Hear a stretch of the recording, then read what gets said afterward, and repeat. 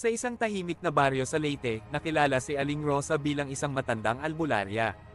Siya ay may mahabang karanasan sa mga halamang gamot at mga ritual na nagtataboy sa mga masamang espiritu. Ang kanyang bahay ay napapalibutan ng mga halamang gamot at ang kanyang mga pasyente ay umaabot mula sa malalayong bayan. Ngunit sa kabila ng kanyang kaalaman, may isang bagay na labis na kinatatakutan ng mga tao sa baryo, ang aswang. Ang aswang ay isang nilalang na may kakayahang magbago ng anyo at kumain ng laman ng tao. Sa kabila ng takot, si Aling Rosa ay hindi natatakot, siya ay may misyon, protektahan ang kanyang baryo.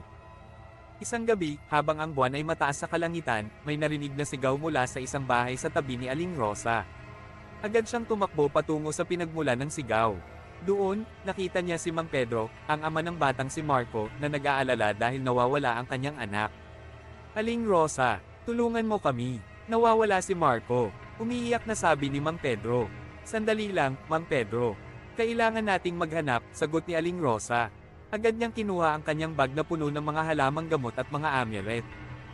Habang naglalakad sila sa madilim na gubat, nagbigay si Aling Rosa ng mga tagubilin kay Mang Pedro. Huwag tayong magingay. Kung may aswang man dito, kailangan nating maging maingat. Habang naglalakad sila, biglang may narinig silang malalakas na hakbang. Isang anino ang lumitaw mula sa likod ng mga puno, isang aswang na may mahahabang pangil at itim na balahibo. Anong ginagawa ninyo dito? Tanong ng aswang, habang ang kanyang mga mata ay kumikislap sa dilim. Umalis ka, hindi ka nabibilang dito, sigaw ni Aling Rosa habang hawak ang bawang at amulet. Ang aswang ay tila nagalit at humakbang palapit. Ngunit bago pa man ito makalapit, inihagis ni Aling Rosa ang bawang sa direksyon nito, biglang napaungol ito dahil sa sakit ng pagtama sa kanya ng bawang. Agad itong umatras nang makita ang bawang. Ang amulet na ito ay gawa sa mga bulaklak ng kalachuchi.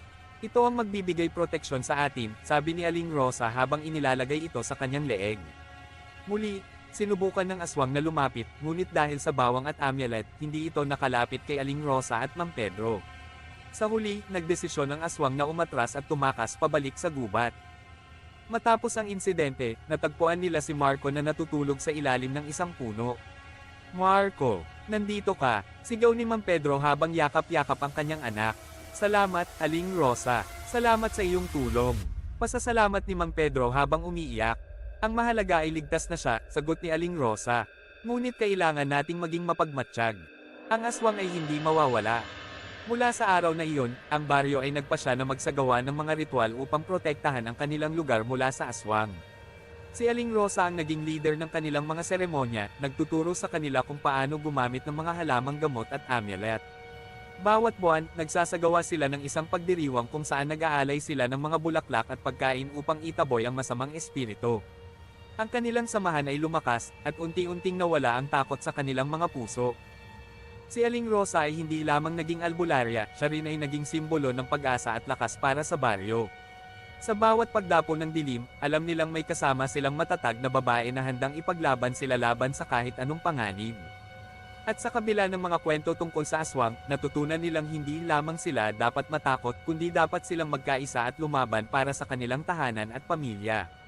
Sa bawat pagdapo ng gabi, ang liwanag ng kanilang pagkakaibigan at pagkakaisa ay mas maliwanag pa kaysa sa anino ng takot.